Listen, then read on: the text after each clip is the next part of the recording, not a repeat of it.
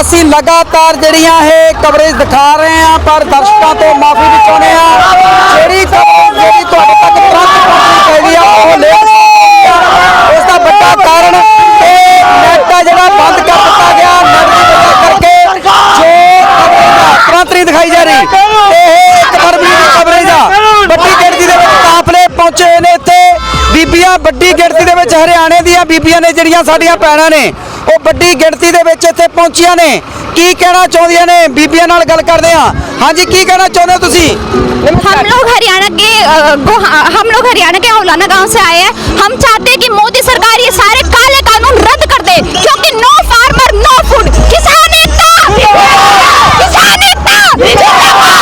ऐसा इन कानूनों में क्या है कि इनको सभी लोग कह रहे हैं कि वापस होने चाहिए ये कानून जो है फार्मर के सपोर्ट में नहीं है जी जी जो फार्मर हमारा पेट भरते हैं जो उनके सपोर्ट में होगा हम उसी का तो साथ देंगे ये कानून हमारे फार्मर के सपोर्ट में नहीं है तो हम चाहते हैं मोदी सरकार इन काले कानूनों को बिल्कुल रद्द कर दे जय जवान दूसरी बात है कि अक्सर मर्द ही संघर्ष करते रहते थे लेकिन आज पहली बार देख रहे हैं कि जो औरतें हैं बड़ी तादाद में वो भी ऐसे माहौल में जब कहते हैं कि पता नहीं क्या हो जाएगा मिनटों में घरों से निकली हुई हैं क्योंकि औरतें भी तो किसान हैं वो भी तो किसानों के घर से हैं वो भी तो चाहती हैं कि ये कानून रद्द हो जाए वो उनका भी तो कुछ सपोर्ट है ना अपने परिवार में लेकिन एक बात और भी है जब वोट डालने का समय आता है तो औरतें मोदी जी को बहुत पसंद करती हैं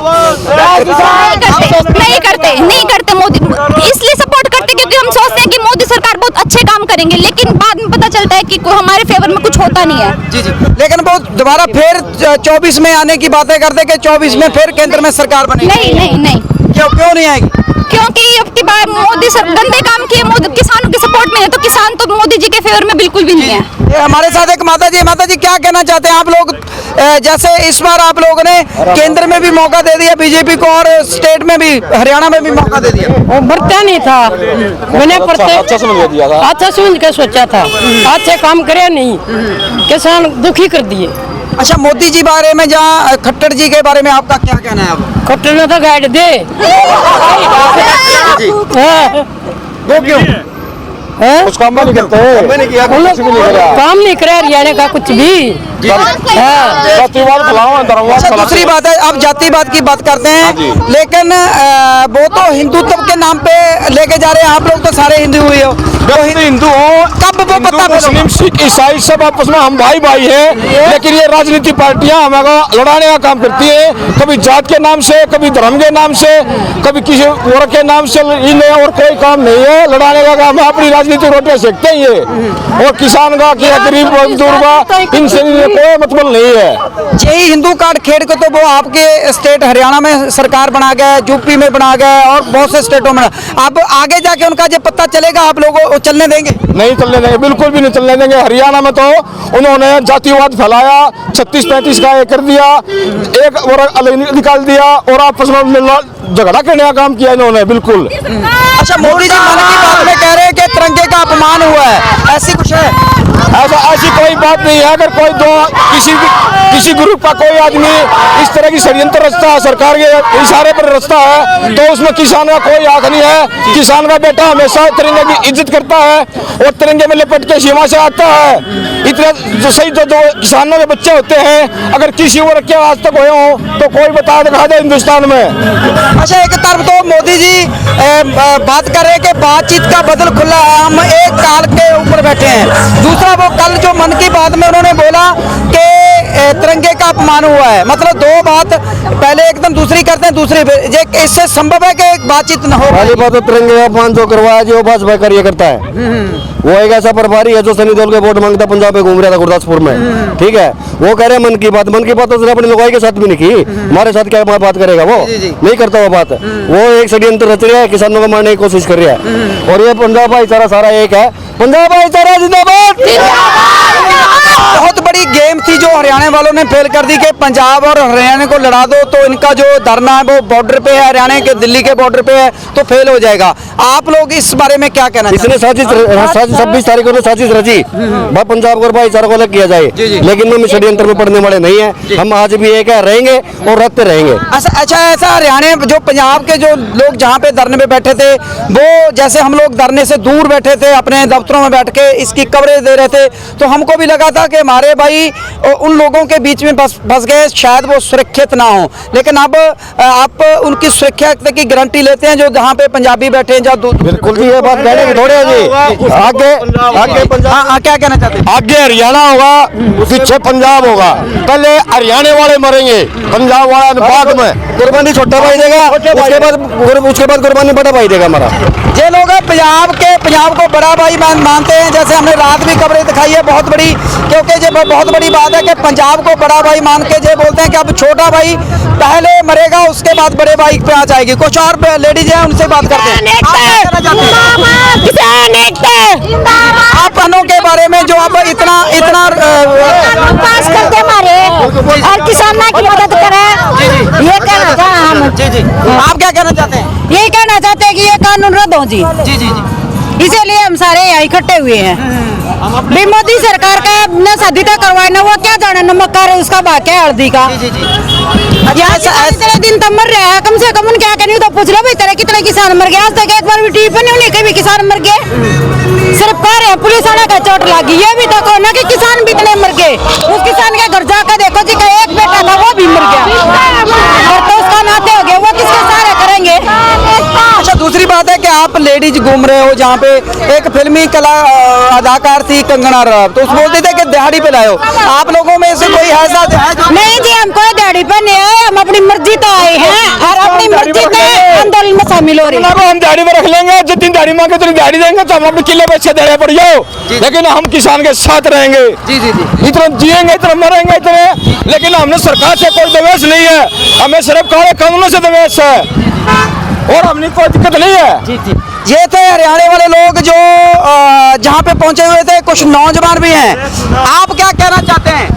जो ये भारत सरकार ने 3 कानून लागू करे हैं, चाहे ये गलत हो चाहे ये ठीक हो, ये किसानों ने नहीं चाहिए, तो ये हमारे पर क्यों जबरदस्ती थोप रहे हैं? हमने नहीं चाहिए। और 26 जनवरी के बारे में कल पीएम बोले भाई बहुत गलत होया, पूरे देश बहुत दुखी है। उसने देश का बेड़ा लाग गया, किसानों का बेड़ा नहीं लग गया भाई। कितने किसान भाई मर लिए, एक बार भी नहीं गई भाई, किसान भाई हो रहे ये इनकी इतनी मृत्यु हो ली, एक बार नहीं बोले, तो ये गलत है। अच्छा दूसरी बात है कि उन्होंने कल बोला तिरंगे का अपमान। हम आपके ट्रैक्टर पे दिखा दें 2-2 मीटर लंबे, जो 2-2 मीटर लंबे आपने तिरंगे लगा रखे हैं। देश का प्रधानमंत्री बोलता है कि किसानों ने तिरंगे का अपमान कर दिया 26 जनवरी को। भाई ऐसा होता तो अब हर एक तिरंगा जो लगा के आता है तो ये पहचान होती है कि किसान आ गया। तिरंगे से ये पहचान होती है कि किसान भाई आए हैं। तो हम अपना किसी तिरंगे का अपमान नहीं करते। ये जो भी जिसने किया है वो गलत किया है।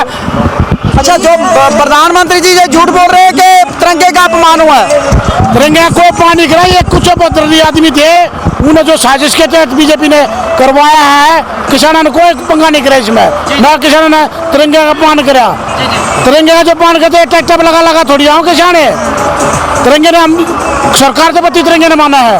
हाँ अच्छा सरकार चाहती है कि लंबा हो जाए संघर्ष, आप तैयार हो उसके लिए? ना उसके सरकार हम चाह रहे हैं कि लंबा नहीं चला, जल्दी निपट जा, ठीक रहे, रास्ते खुले, सारे काम हो। लेकिन सरकार तो यही पॉलिसी लगता लेके चली है, लंबे संघर्ष के लिए भी तैयार है सरकार तो लंबे संघर्ष 1 साल लगो यही रहेंगे। जी ऐसी ਹਰਿਆਣੇ ਦੇ ਵੀਰ ਪਹਿਲਾਂ ਅਸੀਂ ਕਾਫਲੇ ਦਿਖਾ ਚੁੱਕੇ ਕਿ ਕਿਸ ਪ੍ਰਕਾਰ ਕਾਫਲੇ ਜਿਹੜੇ ਹਰਿਆਣੇ ਦੇ ਪਿੰਡਾਂ ਦੇ ਵਿੱਚੋਂ ਬੀਬੀਆਂ ਦੇ ਪਹੁੰਚ ਰਹੇ ਨੇ ਤੇ ਅਸੀਂ ਪਿੱਛੇ ਨੌਜਵਾਨਾਂ ਦਾ ਜੋਸ਼ ਵੀ ਦਿਖਾਇਆ ਤੇ ਜਜ਼ਬਾ ਵੀ ਦਿਖਾਇਆ ਕਿ ਇਹਨਾਂ ਦਾ ਜਿਹੜਾ ਸਿਰੜ ਆ ਉਹ ਪੂਰੀ ਤਰ੍ਹਾਂ ਬੁਲੰਦਾ ਔਰ ਇਹ ਤਿਆਗ ਚੁੱਕੇ ਨੇ ਕਿ ਜੇਕਰ 1 ਸਾਲ ਤੱਕ ਵੀ ਇਸ ਸੰਘਰਸ਼ ਨੂੰ ਲੰਮਾ ਕਰਨਾ ਪਿਆ ਤੇ ਕੀਤਾ ਜਾਵੇਗਾ। ਲਗਾਤਾਰ ਹੋਰ ਖਬਰਾਂ ਦਿਖਾਉਂਦੇ ਰਵਾਂਗੇ ਤੇ ਤੁਸੀਂ ਜੁੜੇ ਰਹੋ देश दुनिया जी मीडिया। मेरा नाम कृष्णानंद तिवारी है। मैं उत्तर प्रदेश के अयोध्या से हूँ।